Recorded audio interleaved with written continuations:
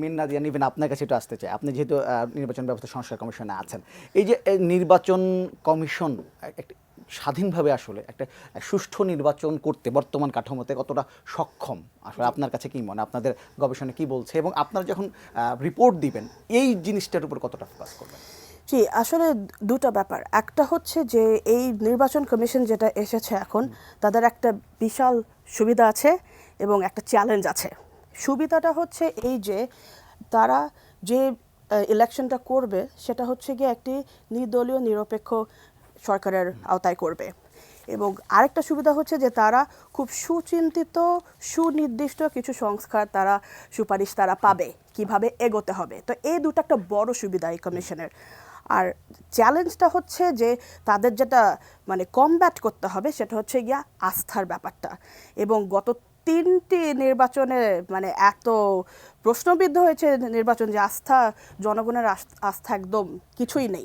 সুতরাং সেখান থেকে দুটা জিনিসের ব্যাপার, মানে আমি আবার এই সংস্কারের ব্যাপারটাই আনবো যে যে আমাদের সরকার এবং আমরা প্রতিশ্রুতিবদ্ধ যে এই সমস্ত সংস্কারগুলা, মানে যে সমস্ত সংস্কার আমরা প্রপোজ করব সেগুলা হচ্ছে একদম স্পেসিফিক এবং জনমতে আমরা জনগণের মানে সহায়তা, আমরা অংশীদারদের সাথে কথা বলছি, বিভিন্ন জিনিস শুনছি এবং আমরা আশ্বস্ত হচ্ছি যে যত শুনছি আমরা অংশীদারদের কাছ থেকে তত বেশি আশ্বস্ত হচ্ছে যে এই সমস্ত আমাদের আলোচনার মধ্যে এসছে। সুতরাং যে সমস্ত সুপারিশগুলো আপনারা ইভেনচুয়ালি দেব আমরা, সেগুলো জনমতের প্রতিফলন হবে এবং মানে অংশীদারদের মতের প্রতিফলন হবে।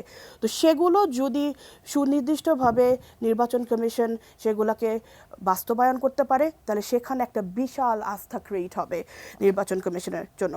আর দ্বিতীয়ত আরেকটা ব্যাপার হচ্ছে যে একটি অবাধ সুস্থ নির্বাচনের জন্য আপনার অ্যাবসোলুটলি ম্যান্ডেটরি হচ্ছে আপনার নির্বাচন কমিশনের স্বাধীনতা। নির্বাচন কমিশনের স্বাধীনতা তাদেরকে মানতেই হবে এবং এবং নির্বাচন কমিশনের স্বাধীনতা এবং অগাধ স্বাধীনতা এবং ক্ষমতা আছে এবং সংস্কারের মাধ্যমে হয়তো সেটা আরও স্ট্রেনদেন হতে পারে, আরও বেশি ক্ষমতা এবং স্বাধীনতা তারা পেতে পারে। কিন্তু প্রশ্ন হচ্ছে যে এগুলো তারা ব্যবহার ঠিক সময়ে ঠিকভাবে ব্যবহার করে কিনা, এবং নির্বাচন কমিশনের স্বাধীনতা দৃশ্যমান স্বাধীনতা হতে হবে।